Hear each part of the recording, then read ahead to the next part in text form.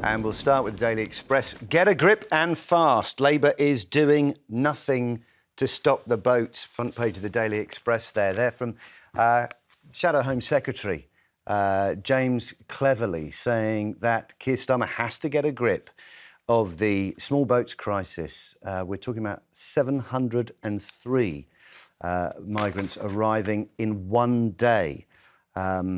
And says that actually ditching the Rwanda policy is a big part of the problem here. The National Crime Agency, James Cleverly is saying, reports that it was a deterrent, it was working, and therefore it was a mistake to get rid of it, resulting in not just these staggering numbers, hundreds now coming over, as we would expect in this good weather that we've had, calm seas, but also in the deaths that we've seen as well. Jess, what do you make? Do you think there's anything in what James Cleverly's saying, that it's time to get a grip? I think it's a bit rich coming from them. I mean, Labour have only been in power for about 7 weeks. So, yes, of course, it is something that needs solving. We need to put a bit more effort into it. But actually, the Tories were in government, for 12 years. And when we look at Rwanda policy, it was just a waste of money. It didn't act as a deterrent. James Cleverly knows that. I think we didn't even send anyone to Rwanda in the first place, other than one person who went voluntarily anyway.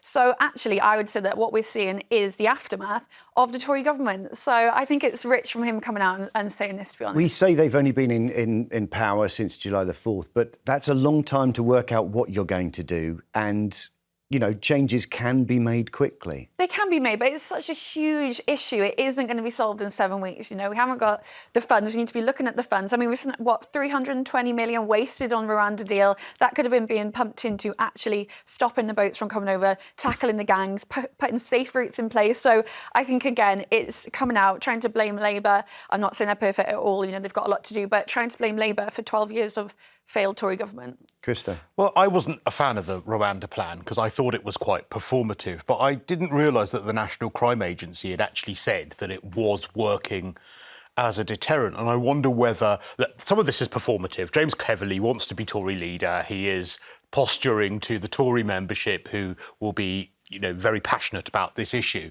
But I do wonder now, with what the Crime Agency have said about this, should Labour have waited to ditch Rwanda until after their crime task force was in place? Because actually that's not up and running yet. In fact, I think that the two people that they offered to run it have declined to actually run it. So at the moment, there isn't actually any kind of deterrent in place. And so whilst Rwanda wasn't perfect, it was something. At the moment, there seems to be nothing. I mean, there's no way, I think, people voting for Labour would have accepted the Rwanda policy. So they made a promise about that before the election, I believe. But what I don't understand is how Border Command doesn't seem to have materialised or have leadership at the moment. That's the bit that this is the period where action is needed and we need to see things moving in the right direction.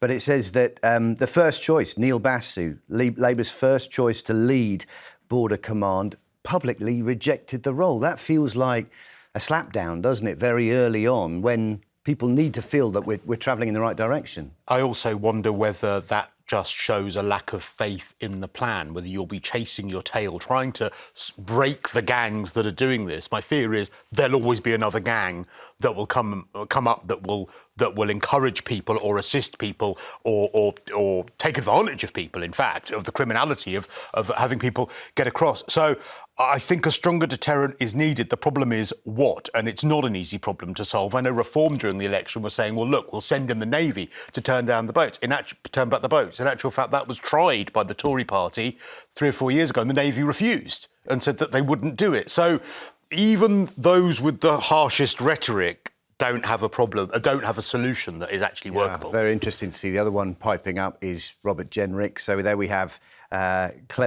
James Cleverly, Robert Jenrick, both vying probably, we think, for the Tory leadership as well. So being vocal very early on that.